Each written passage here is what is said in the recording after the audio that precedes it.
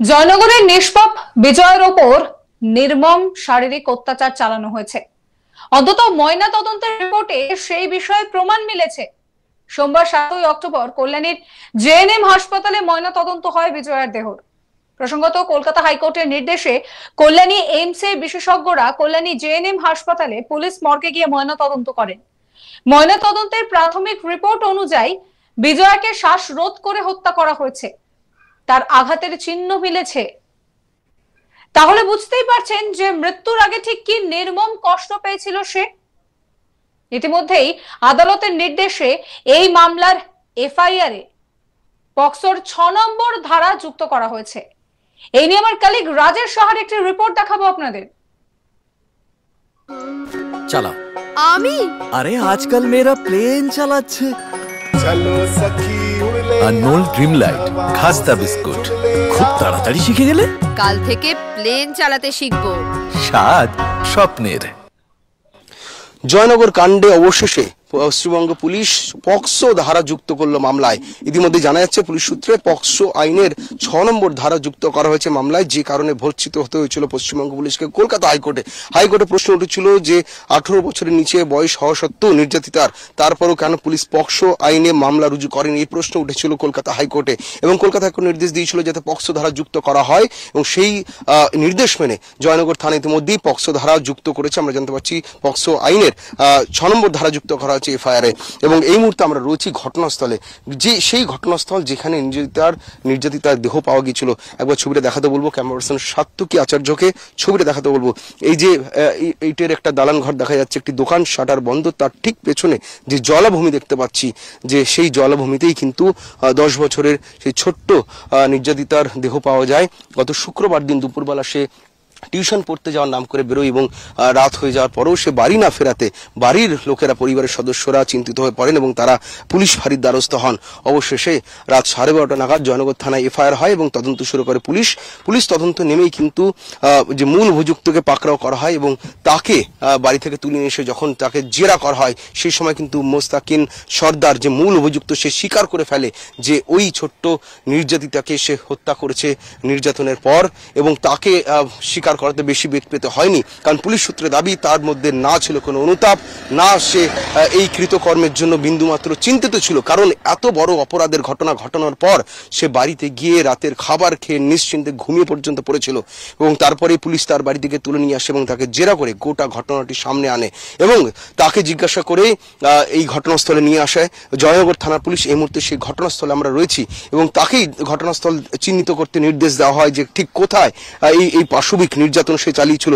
এরপরে কিন্তু সে দেখিয়ে দেয় এই জলজমির পেছনে একটি ঝোপেই এই নির্যাতন, এই পাশবিক অত্যাচার সে চালায়। ছোট্ট 10 বছরের নির্যাতিতার উপরে সে আক্রমণ চালায় এবং তারপরে কিন্তু এই যে দোকান ঘরটির ছবি এই মুহূর্তে ক্যামেরা পার্সন সাত্তকী দেখাচ্ছে, এই দোকান ঘরের পেছনে যে জলাভূমিটা আমরা দেখতে পাচ্ছি, সেই জলাভূমিতেই কিন্তু অত্যাচারের পর ফেলে দিয়ে যাওয়া হয় তার দেহ, এবং সেই দেহ রাত 2:30 নাগাদ উদ্ধার করে জয়নগর থানার পুলিশ। সেই দেহ নিয়ে যাওয়া হয়। ইতিমধ্যে গতকালকে সেই দেহের ময়নাতদন্ত করা হয়েছে। কলকাতা হাইকোর্টের নির্দেশ মেনে কল্যাণী জিএনএম হাসপাতালে তার ময়নাতদন্ত করা হয়েছে এবং হাইকোর্টের মহামান্য উচ্চ আদালতের নির্দেশ অনুযায়ী এইমস হাসপাতালে চিকিৎসকদের দ্বারা সেই ময়নাতদন্ত করা হয়। যারা পুলিশ সূত্রে আমরা জানতে পারছি, ময়নাতদন্তের প্রাথমিক রিপোর্টে যেটা পুলিশ জানতে পারছে, কিন্তু তাকে শ্বাসরোধ করে হত্যা করা হয়েছিল, অর্থাৎ হত্যার কারণ, মৃত্যুর কারণ কিন্তু ময়নাতদন্তে প্রাথমিক রিপোর্ট যেটা ইঙ্গিত করছে তাকে শ্বাসরোধ করে হত্যা করা হয়েছিল এবং তার সাথে ছিল এমনটা কিন্তু ইঙ্গিত মিলেছে ময়নাতদন্তের প্রাথমিক রিপোর্টে।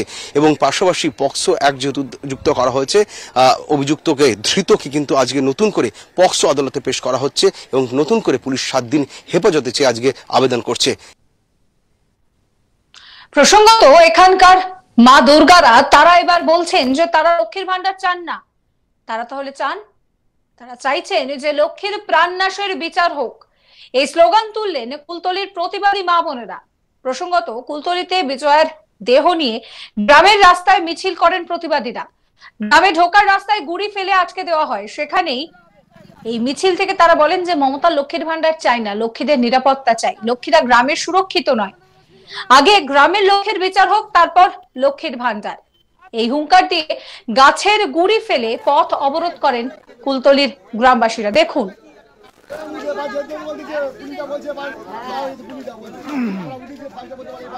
দক্ষিণ চব্বিশ পরগনার কুলতলিতে ছোট্ট নির্যাতিতার মৃত্যুতে এই মুহূর্তে উত্তাল হয়ে উঠেছে গোটা জয়নগর সহ কুলতলি এলাকা। এই মুহূর্তে আমরা রয়েছি কুলতলি থানা এলাকার যে গ্রামে নির্যাতিতার বাড়ি ছিল সেই গ্রামের রাস্তায় এই মুহূর্তে আমরা রয়েছি। রাস্তায় আমরা দেখতে পাচ্ছি গাছের গুড়ি ফেলে বিচার চাওয়া হচ্ছে, রাস্তা অবরোধ করা হচ্ছে। রাস্তা অবরোধ করে, পথ অবরোধ করে এই মুহূর্তে বিক্ষোভ দেখাচ্ছেন গ্রামবাসীরা। ক্যামেরা পার্সন সাত্যকী আচার্যকে বলবো সামনের দিকে আসতে। এই গ্রামের প্রবেশের যে মূল রাস্তা রয়েছে বারুইপুরের দিক থেকে বা কলকাতার দিক থেকে আসতে গেলে, এই গ্রামে প্রবেশ করতে গেলে যে মূল রাস্তা, সেই রাস্তার উপর ইটের সারি, ইটের স্তূপ জড়ো করে গাছের গুড়ি ফেলে এই মুহূর্তে পথ অবরোধ করছেন স্থানীয় বাসিন্দারা, গ্রামবাসীরা। তারা বলছেন বিচার চাই, অবিলম্বে এই ঘটনার বিচার চাই। ছোট্ট যে নির্যাতিতা প্রাণ হারিয়েছে সেই নির্যাতিতার বিচারের দাবিতে সরব হয়েছেন তারা। তবে আরো একটি তাৎপর্যপূর্ণ কথা হলো, এই মিছিল থেকে স্লোগান উঠছে তারা লক্ষ্মীর ভান্ডার চান না, তারা লক্ষ্মীর বিচার চায়। এই স্লোগান কিন্তু গ্রামবাসীরা দিচ্ছেন। আপনারা গ্রামের মহিলারা আপনারা স্লোগান দিচ্ছেন, আপনারা লক্ষ্মীর ভান্ডার চান না, লক্ষ্মীর বিচার চান। হ্যাঁ, লক্ষ্মীর বিচার চাই।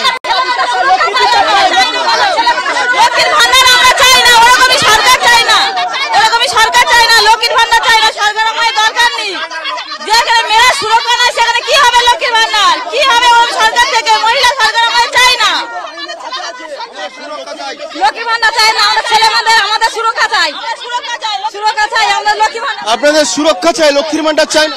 না না না, চাই না। দিদি, আপনারা এই পথ অবরোধ করে বার্তা দিচ্ছেন লক্ষ্মীর বিচার চাই, লক্ষ্মীর ভান্ডার চাই না। লক্ষ্মীর বিচার চাই, আমাদের মেয়েদের বিচার চাই, আমরা সবাই সুরক্ষায় থাকবো। লক্ষ্মীর ভান্ডার আমরা চাই না, আমাদের লক্ষ্মীর ভান্ডার দেয়। আমাদের পুলিশ প্রশাসন আমাদের কেউ বিপদের সময় পাশে থাকে না। ওই বাচ্চাকে গ্রেফতার করেছে পুলিশের ভূমিকা নিয়ে ক্ষোভ প্রকাশ করে গ্রামবাসীরা। আমার কলিগ রাজেশকে কি বলছেন দেখুন। গ্রামের বধূরা, গ্রামের মহিলারা, বাচ্চা থেকে বয়স্ক এখানে সকলে দেখতে পাচ্ছি মিছিলে পা মিলিয়েছেন এবং মিছিলের মধ্যভাগে রয়েছে ওই ছোট্ট বাচ্চাটির দেহ রয়েছে। সেই দেহ নিয়ে এই মুহূর্তে মিছিল চলছে এবং দেহের শেষকৃত্য আজকে করা হবে এবং শেষকৃত্যের পথেই এই মুহূর্তে বিচারের দাবিতে মিছিল চলছে।